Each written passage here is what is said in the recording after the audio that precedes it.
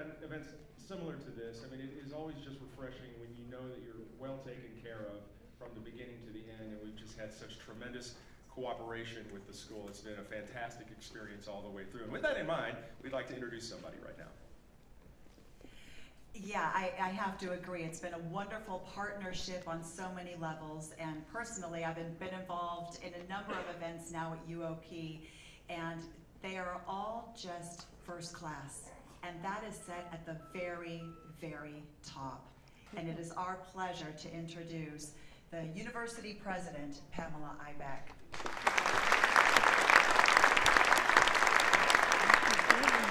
Thank you.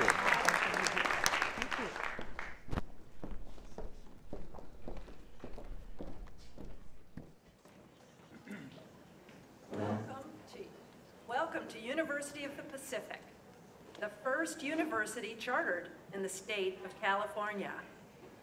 We are proud to educate 6,000 students, undergraduates, graduate students, and professional students here on our campus in Stockton, in Sacramento, and in San Francisco. Our mission has stayed very steady for the last 165 years. We're committed to preparing our students for lasting achievement and responsible leadership in their careers and their communities. We believe that our graduates should be prepared to lead their civic communities as they are to lead their professional communities. In fact, we believe that the two are inexorably linked. Success in one leads to success in the other. For that reason, a distinctive feature of a University of the Pacific undergraduate education is our Pacific Seminars, whose theme is what is a good society. We have some undergraduates out here. Have any of you taken that course? Let's hear it for making a good society. Undergraduates.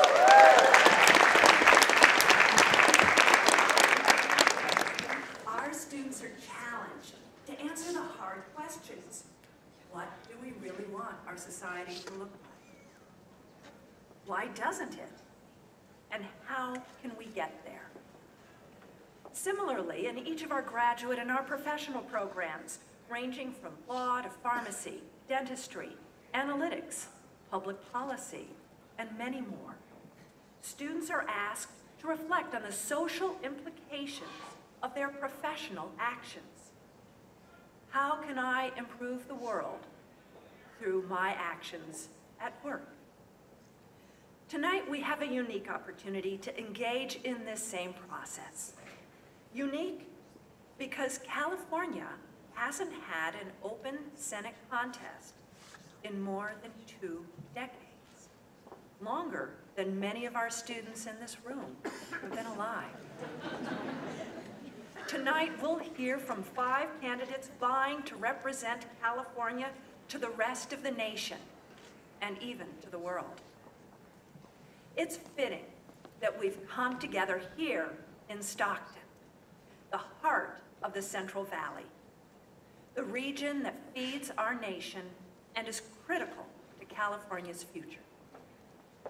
Pacific is very proud of our Central Valley roots. We are proud to educate and serve its people. 1/3 of Pacific freshmen hail from counties surrounding Stockton. 35% of our undergraduates are eligible for federal Pell Grants for very smart kids from low-income families. Nearly 1 in 4 students is the first in their family to attend college. And roughly 70% of Pacific students are students of color. Like all of California's nonprofit private colleges and universities, we are deeply committed to helping students attain their dreams. We're also proud of our commitment to going beyond our gates and into the community to increase early literacy, K-12 success, college readiness, public health, and a myriad of other social needs. Tonight, as we listen to the candidates, I encourage you to ponder the same questions our students ask themselves in the Pacific Seminar. what is a good society? What should our government do to help create it? And what are our roles in this process? But the process doesn't end tonight. On June 7th and again on November 8th, we Californians will go to the polls and choose whom we want to represent us, not just as senator, but also as city council member, mayor, assembly member, U.S. representative, president, and more. When we go to the polls in June and November, we do more than just decide who wins and loses. When we vote, we express our individual and collective judgment. We announce our hopes and our dreams for our communities. More importantly, we fulfill a basic obligation we have as citizens in a democracy to participate in self-governance. And we affirm that we are a community that shares a common fate.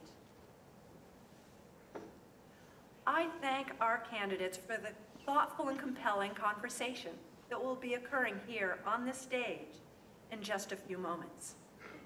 I'd also like to give my most sincere thanks to our partners, KCRA and the San Francisco Chronicle.